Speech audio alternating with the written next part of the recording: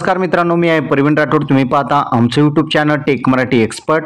तर मित्रांनो, लाडकी बहीण योजनेसंदर्भात एक महत्त्वपूर्ण अपडेट बघणार आहोत. खरंच 31 ऑगस्टला अर्जाची मुदत संपते का?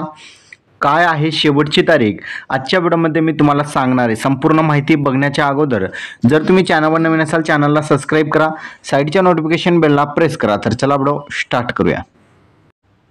तर मित्रांनो, लाडकी बहीण योजनेअंतर्गत खरंच 31 ऑगस्ट अर्जाची मुदत संपते काय आहे शेवटची तारीख? तर चला बघूया. लाडकी बहीण योजनेची घोषणा केल्यानंतर सुरुवातीला राज्य सरकारने 31 जुलैची मुदत दिली होती. मात्र महिलांची कागदपत्रांसाठीची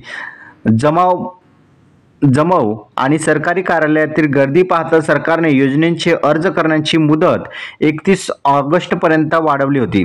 त्यानंतर ऑगस्टच्या मध्यंतरी देखील अर्जात मुदतवाढ दिल्याची बातमी समोर आलेली होती. तर मित्रांनो, अर्ज करण्याची शेवटची मुदत काय आहे? खरंच 31 ऑगस्ट नंतर अर्जाची मुदत संपणार का? 31 ऑगस्ट नंतर अर्ज करता येणार का? अनेक प्रश्न महिलांकडे उपस्थित आहे. मुख्यमंत्री लाडकी बहीण योजनेत आता दुसरा टप्पा महिलांच्या खात्यामध्ये जमा व्हायला सुरुवात झालेली आहे. तत्पूर्वी लाडकी बहीण योजनेच्या अर्जाची मुदत संपणार आहे का, असा प्रश्न अनेक महिलांना पडलेला आहे. कारण राज्य सरकारने 31 ऑगस्ट ही अर्जाची मुदत सांगितलेली होती. मात्र त्यानंतर मुदतीत वाढ केल्याचे देखील सांगितले होते. त्यानंतर खरंच 31 ऑगस्टची मुदत संपणार आहे का आणि अर्जाची शेवटची तारीख काय असणार आहे, संपूर्ण माहिती आजच्या व्हिडिओमध्ये आपण जाणून घेणार आहोत. अर्जाची अंतिम तारीख काय आहे?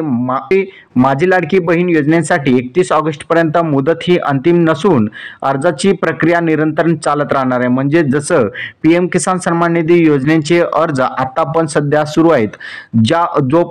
जोपर्यंत प्रत्येक वर्षी जे नवीन लाभार्थी निर्माण होतात त्या लाभार्थ्यांना लाभ मिळणे गरजेचे आहे. त्यासाठी आता अर्ज प्रक्रिया ही कायमस्वरूपी चालू राहणार आहे, अशी माहिती महिला व बालविकास मंत्री आदिती तटकरे यांनी दिलेली.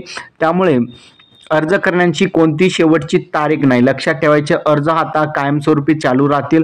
तुम्हाला कधीही अर्ज करता येणार आहे आणि त्यामुळे महिलांना या योजनेअंतर्गत मोठा दिलासा मिळालेला आहे. अर्ज पडताळणीला सुरुवात आहे. तसेच 31 जुलैनंतर अर्ज केलेल्या महिलांची जिल्हास्तरीय पडताळणी सुरू आहे. जिल्हा स्तरावर मान्यता प्राप्त केल्यांचा डेटा महिला व बालविकास विभागाकडे येताच ती यादी बँकेकडे पाठवली जाणार आहे. अशी सगळी प्रक्रिया युद्धपातळीवर सुरू असल्याची माहिती आदिती तटकरे यांनी दिलेली आहे. त्यामुळे आता महिलांची अर्जाची पडताळणी युद्धपातळीवर सुरू आहे. या काळात महिलांना अर्ज मंजूर झाल्याचे मेसेज येणार आहेत. या मेसेज नंतर सप्टेंबर महिन्यात महिलांच्या खात्यामध्ये जे तिसरा हप्ता आहे तो मिळणार आहे. त्यामुळे महिलांनी आपला अर्ज मंजूर होतोय का याकडे लक्ष देणे गरजेचे असणार आहे.